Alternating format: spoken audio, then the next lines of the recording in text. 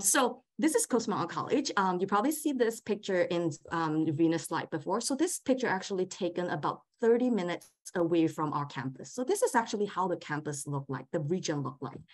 And of course, this is the campuses. I'm not going to go into that. But I want to bring out a really unique feature offered at Coast Mountain College. It's called experiential place-based learning. So all the programs offered at Coast Mountain College, it wasn't like you stay in the class, listen to the lecture for, I don't know, 2 hours or 3 hours, and then you go back home, right? We don't want our student to do that. We want our student to get out to the community, to experience the community, whether it is the nature outdoors or the indigenous community, the experience the land, just integrate with the community. Now, experiential place-based learning, sometimes we just call it like field school. So we offer field school usually in summertime, so between May and August, and usually it's only 2 weeks, up to 3 weeks, right? So basically say like if I'm in the programs, I need 2 more second-year science courses, and there is a field school in Hawaii or in, I don't know, Alaska. So we do have a field school in Alaska and Hawaii before. And so you would go on this field school for 2 weeks and then gain your credit back at the same time, instead of being stuck in the one semester. One semester is probably 4 months. And instead of being in the class, you actually go to the field school for 2 weeks and gain the same credits back. So either 3 credits per course or 6 credits for 2 courses. So a lot of our students were very interested in field school because they get to do things out there. And of course, the program length is shorter.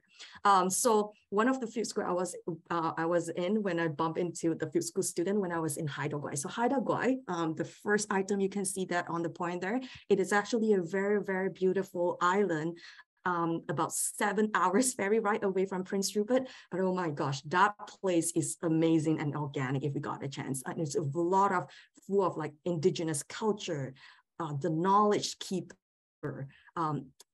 I can go on, so I better stop here. Anyway, so this is the field school that student actually got to experience. And you see the picture down there with a bunch of student and instructor. That is actually a field school in a glacier. So the glaciers right here is actually the border between BC. So we are in the Northwest BC, which is very close to the border of Alaska. So sometimes summertime, I actually did road trip a couple of times, multiple times, up to Alaska border and into, oh my gosh, that road trip is amazing in summer. Not in winter time because of the road conditions, it's pretty bad and icy. But summertime, absolutely. So we did a couple field school or my personal road trip up to Alaska and Yukon as well. So this was one of the glacier where the field school take place, where students actually go on the real glacier and I don't know, they collect sample back to the classroom and all that. So that's how we integrate our learning into the community. Now, because we are in a very small community, basically we are very connected. So Terrace basically like Venus can be a good witness for this. Like everywhere we go is within 20 minutes. And so we have I have a lot of international students over the 4 years when I'm in these positions as recruiter, like asking me questions like, do I need a car? Right? Do I need a vehicles to get around town? My answer is no, to be honest, because the first 2 years I'm in the Northwest BC, I don't own a vehicle. I sold my vehicle down in Vancouver before I moved up to the Northwest, and I actually bike. I bike everywhere in town, because it's very, it's walking distance to everywhere, including getting groceries, going to the hospital, anywhere. So that is us. And the other connect, so I'm not sure because in Hong Kong, my last time in Hong Kong is probably back in 2012. So I can't really talk much. It's way too far away, probably 10 years ago. However, if you are in a community that is small, nothing like Hong Kong in this sense, people know each other. So even you walk down the street, bump into a stranger, I would say like maybe 10 years ago, Vancouver is still like that. You would say hi to a stranger a lot, at the streets or whatever. But recently, I haven't been seeing that phenomena a lot in Vancouver because it's getting busier, it's more diverse, and everyone has their own stuff to do on their own pace, right? But in Terrace, you actually experience close and this connectedness community. We mentioned community a lot, even in the video that you watch for those two. We mentioned a lot of community because we really have this really strong sense of community within the Northwest BC. So when I walk down the street, even on the street, on a trail, a biking trail or whatnot, hiking trail, every time you see someone, even a stranger, you will always say, hey, hi, how's it going? And people will smile at you. There's a lot of like interactions going on. So that actually, I guess one of the reasons why I would stay in a warm, small place like this is actually making you feel like a home. Anyway, so more picture here. This is our experiential place-based learning picture. So we have students up on the glaciers, by the boat, on the creek, everywhere. So we are actually surrounded by a lot of lakes, ski mountain. So I'm not sure, maybe some of you heard about Whistler, which is about an hour and a half away from Vancouver. It's sort of like a ski resort. We have skiing trail everywhere here. So we're like Whistler everywhere in a sense, right? And again, if you go by, if you're driving, so it's probably going to be less than an hour. So if someone who like camping or outdoor activity, doesn't have to be camping, but picnic, or I don't know, hanging out by the lake, this will be a very, very good place for you to spend your time and your family as well. Just going to move on here. I know we are very short of time here, so I'm just going to blast it through. So this is some pictures. Winter can get a bit crazy, as Venus mentioned. So Terrace actually hit during the peak winter season, it could hit up to 25 degree, minus 25 degree Celsius. And Smither, which is our other campus, will hit 35 to 40 degree minus again. And then Prince Rupert is slightly mild because it's sort of like a city by the coast. So it's, I would say around maybe minus 15 on the peak. So when I say peak, it's not like the whole winter was like that, right? So only that peak season. So probably like 3 days or that 1 week or maybe 10 days. Again, this is all this picture are taken by my phone. So no filter, nothing like that. So I just want to show you some raw picture instead of like filtering and doing all this affecting it, right? So the first picture, as you can tell, it is Prince Rupert. And then of course, this is fall in Terrace right now down there. So this is how Terrace slowly gonna look like. So in 2 to 3 weeks later, Terrace is gonna look like this. So it's slowly changing the color. So it's a very beautiful small town. Again, some picture here is, and I mentioned Smither. So Smither is another campus. So we have 3 campuses offer international programs, right? So Smither is one of the picture, which is on the right bottom. So that is considered the northern Whistler, because everyone will go to Smither and do a lot of winter activities. So it's surrounded by ski hill. This is some picture again. That is my mom. So we actually do a lot of picnic and kayaking, canoeing, camping, and that's actually my vehicle as well. I'll just load my bike up there and we'll just go out. So this is basically our regular weekend life. And in Vancouver, of course, we do that too. But I find like when we were in Vancouver, it's more like a hustle because you need to pack your thing.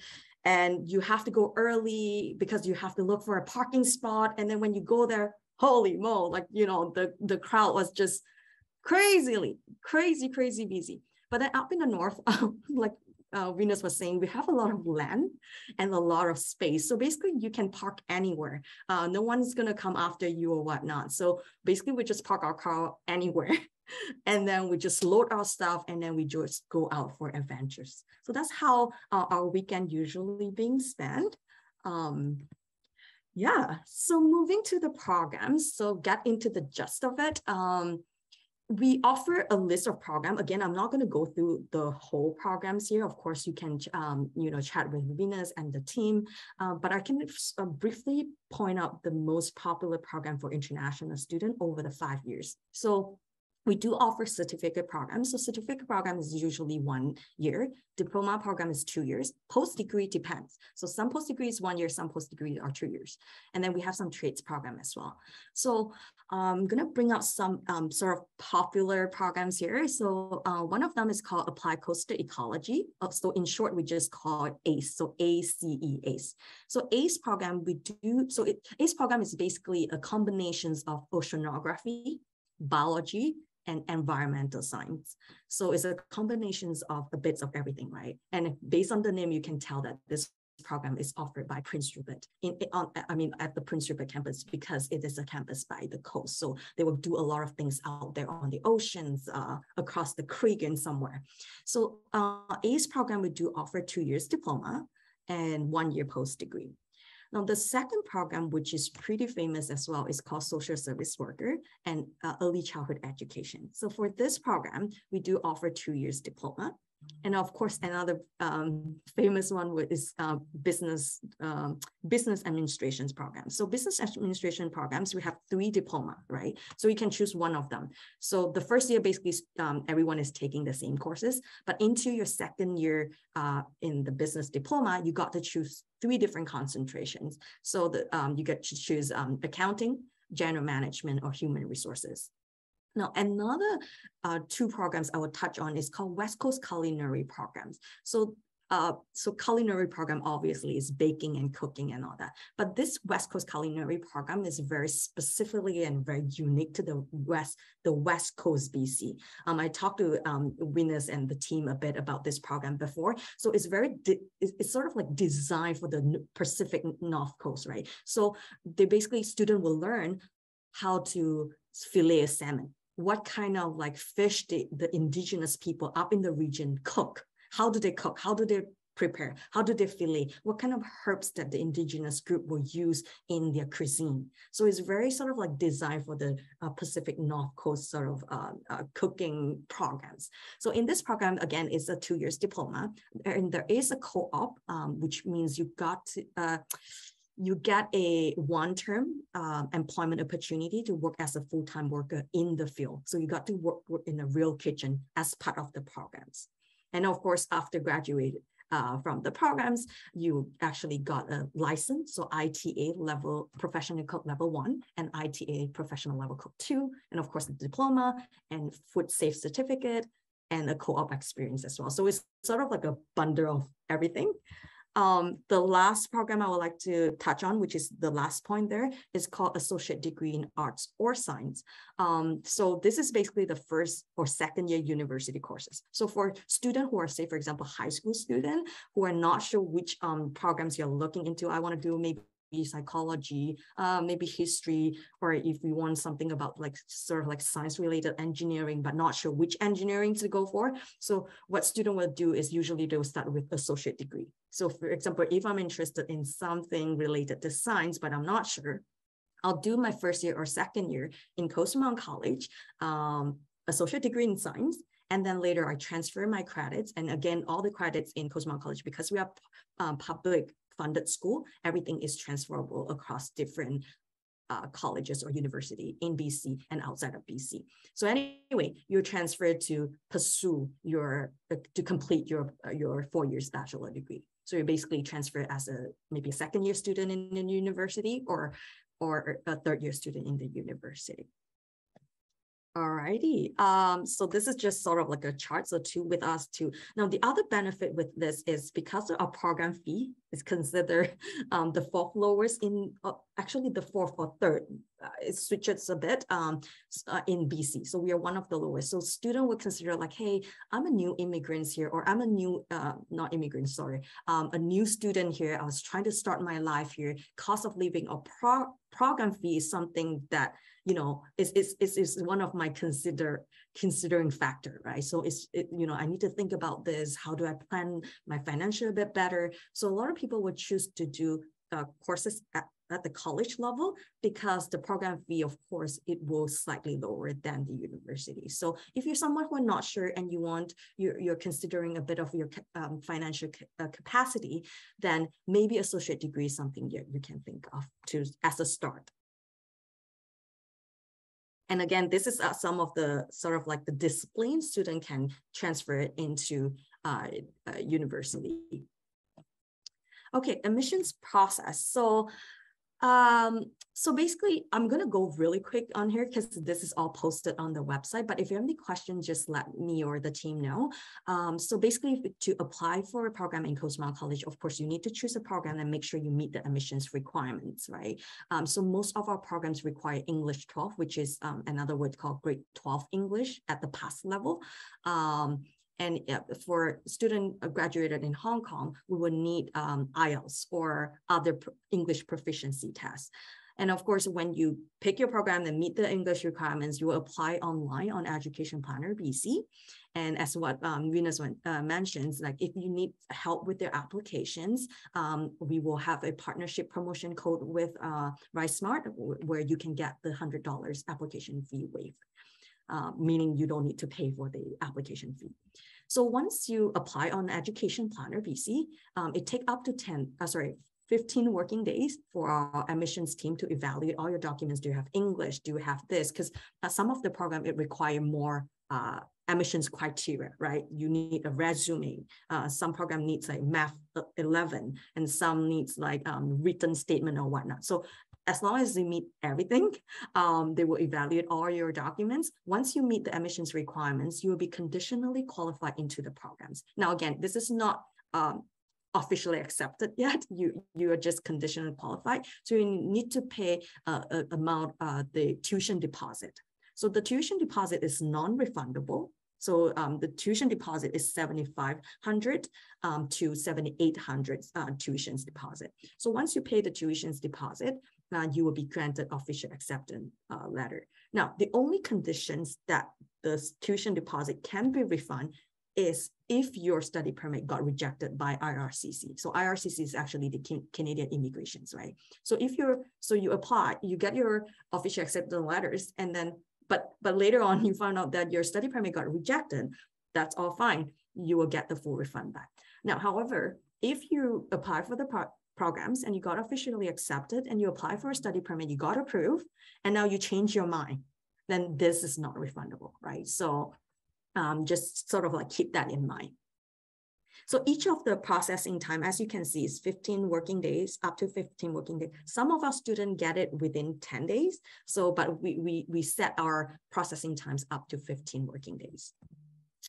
I'm not going to go through this, but quickly, a lot of our programs in January obviously has been filled. The only program that is still open is associate degree, which is also known as university credits, and we do have different concentrations for associate degrees. So there's art science, geoscience, criminology, sustainability committees, and all that.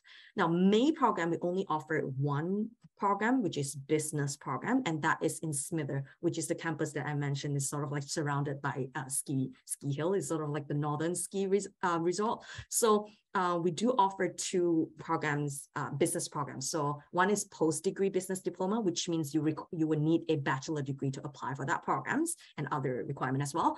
And then business administration's diploma, again, is a 2 years diploma. You got to choose 3 different concentrations. Now, for diploma program, obviously, you do not need a bachelor degree to apply for. And fall 2023 is our big cohort, which is our biggest, intake. So all the programs will be offered in fall 2023.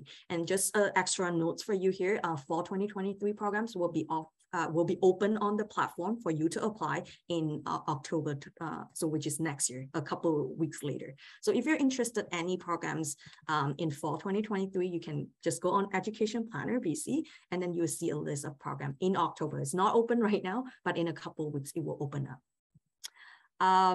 PGWP, I'm not going to go into details on that, but all the programs, if you completed our program with the length of at least 8 months or above, and of course, if you meet all the PGWP eligibility requirements, so for example, being a full-time student and have a valid study permit and all that, you will be eligible to apply for a post-graduation work permit, which allow you to work or gain Canadian working experience after you complete your study.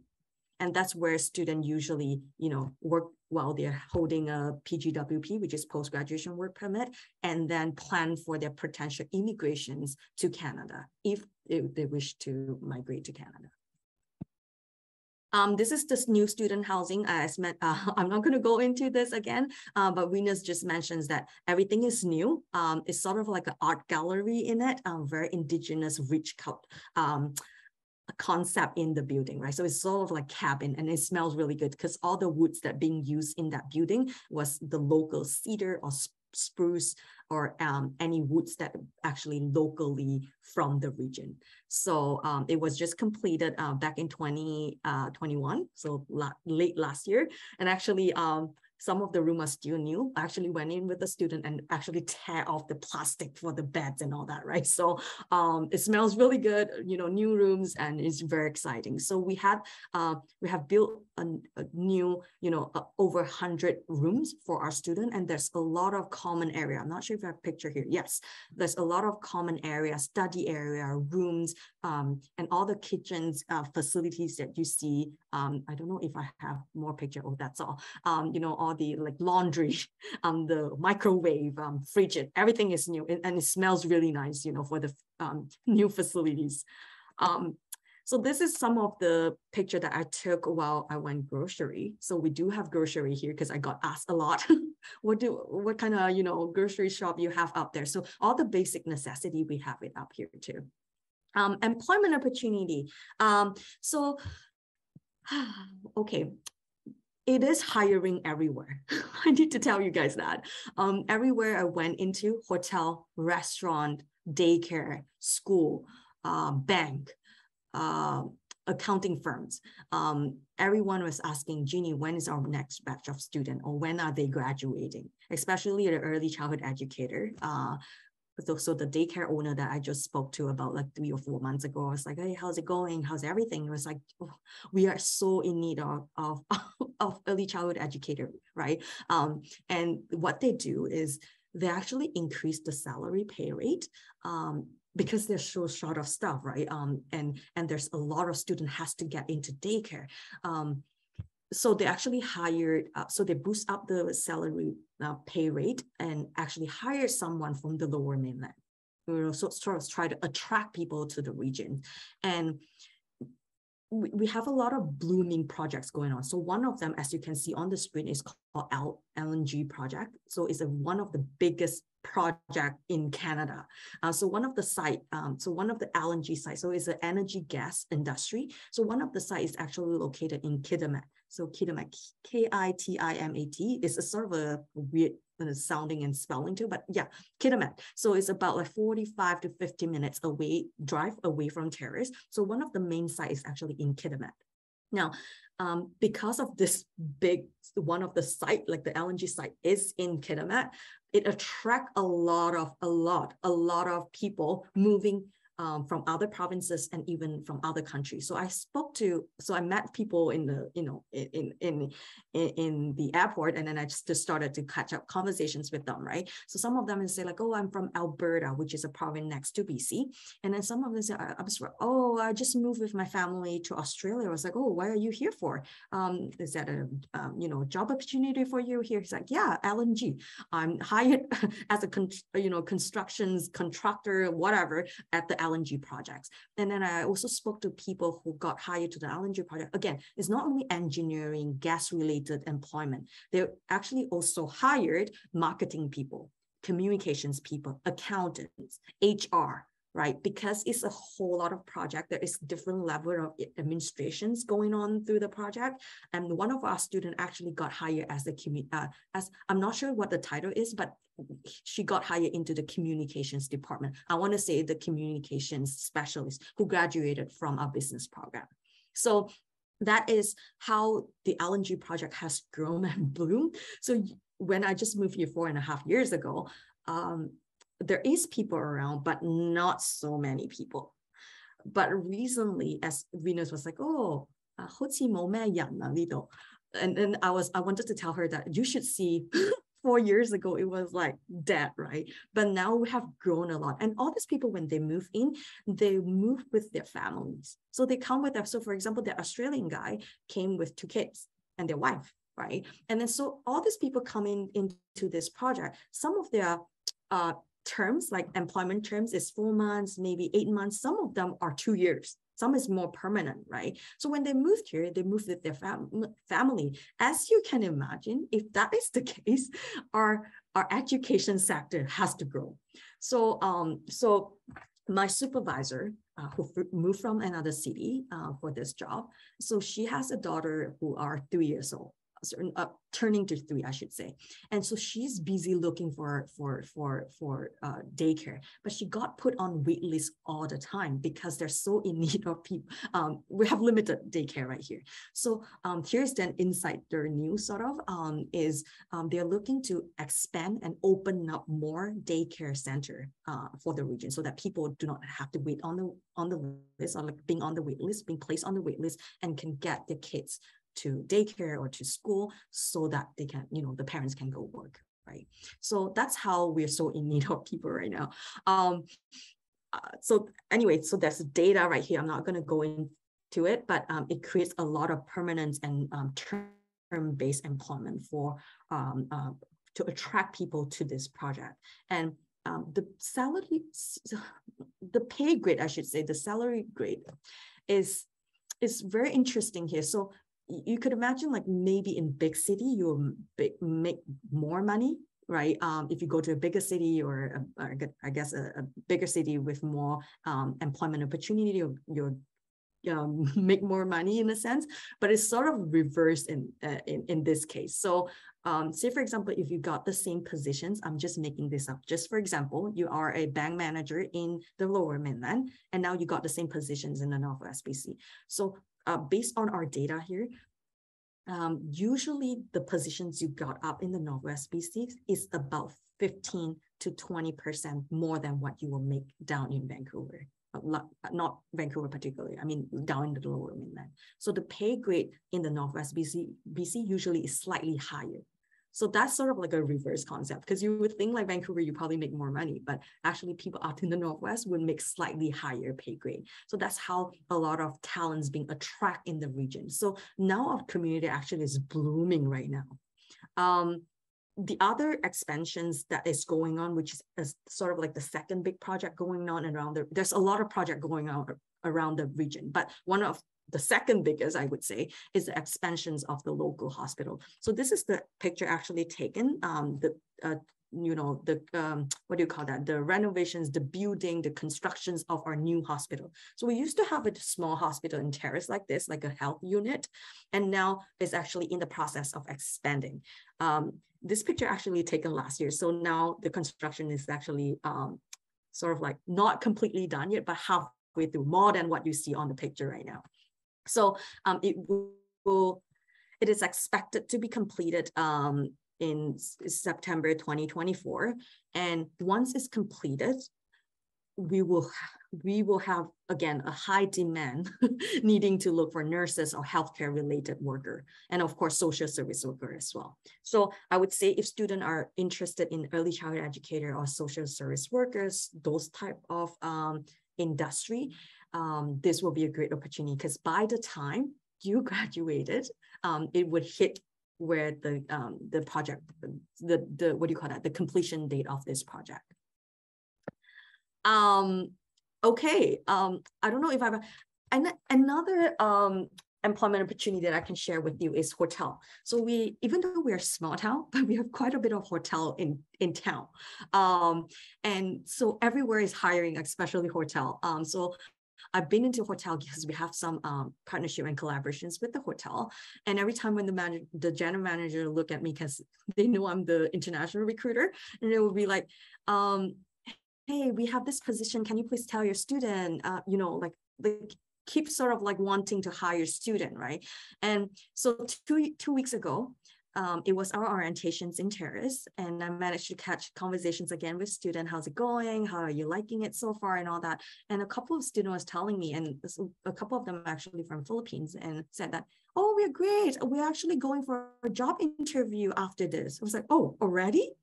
That was just the first week of class. One of the data we collect, because we collect a lot of data from interview with our students, we interview them every term. So we will get them together, sit in a circle, and sort of like hear a bit about sometimes they will share their range of salary, what they're making as a student, as a part-time. So we sort of like take down all those notes and all that, and we make sort of like data collection so that we can share with future students. So one of them was saying that, so one of the graduates, so he graduated after the 2 years program. So he moved with the wife, and the wife actually got a full-time job because the wife come with an open spouse work permit. So if your husband or whatever, the student, wife or husband is a full-time student at Coast Mountain College, your spouse can open for an open work permit, right? So which allowed them to work full-time in the region. And the wife actually worked in the bank before in their home country for, I don't know, close to 8 years or something. And then so when she got into the region, as you can imagine, all the bank people or the manager would want the talents with experience, right? So the wife worked in the bank for 2 years, and then the husband work, like study and work part-time, right? So, and then their kids go to school.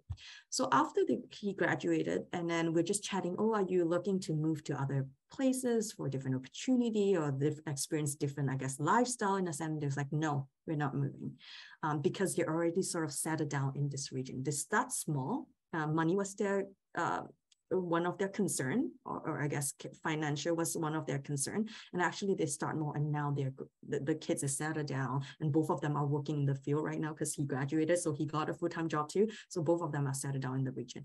Now, based on the data we collect in 2021, we haven't collected anything on 2022 yet, the data. So, but based on our data collections between 2020 to 2021, I would say close to 93% of our students, like international students who graduate from Coast Mountain College, they choose to stay in the region.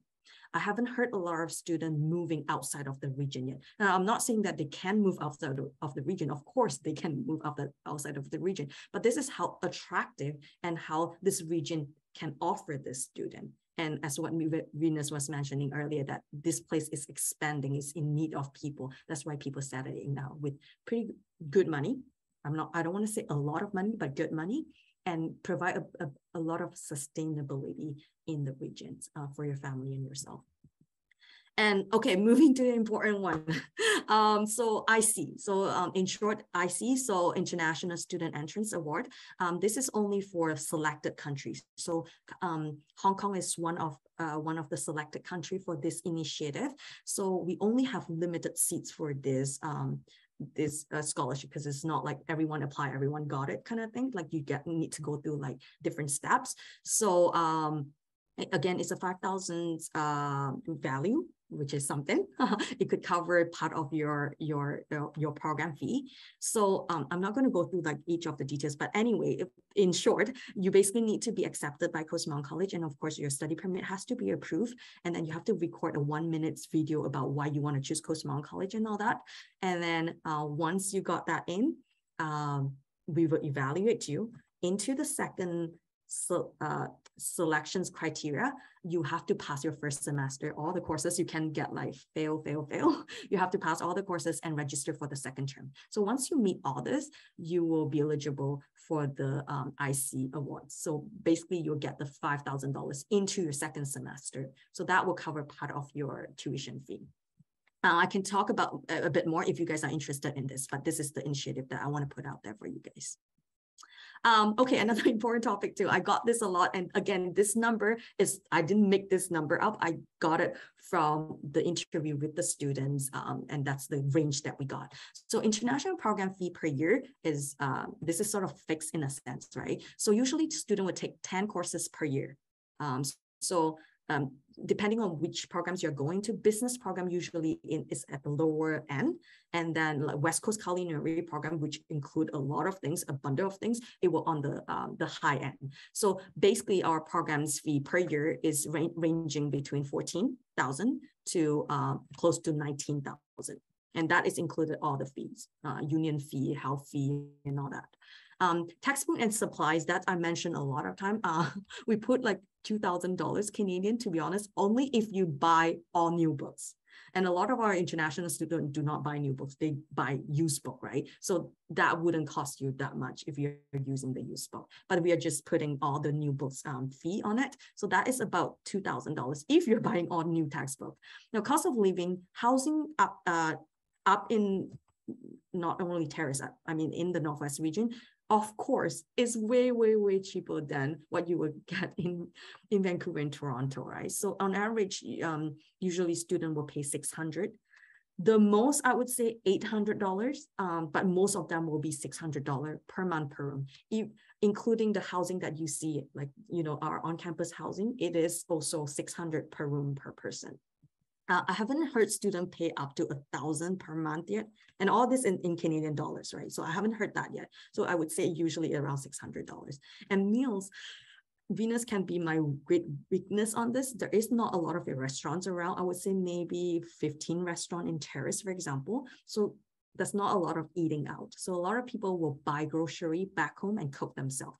And sometimes I don't even buy grocery anymore. I would support the local farmers. So they will have fresh eggs, fresh vegetables, fresh pumpkin. So we have a lot of pumpkin coming up, as you can imagine. So I just got a pumpkin too before I joined the webinar. I just dropped off across my street and got pumpkin from one of my neighbors. So that's how we started to put things together, and very organic, very real, very close connected as well.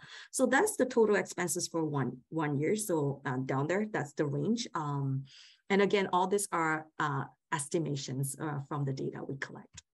I think that's all. Sorry, I'm going real quick here.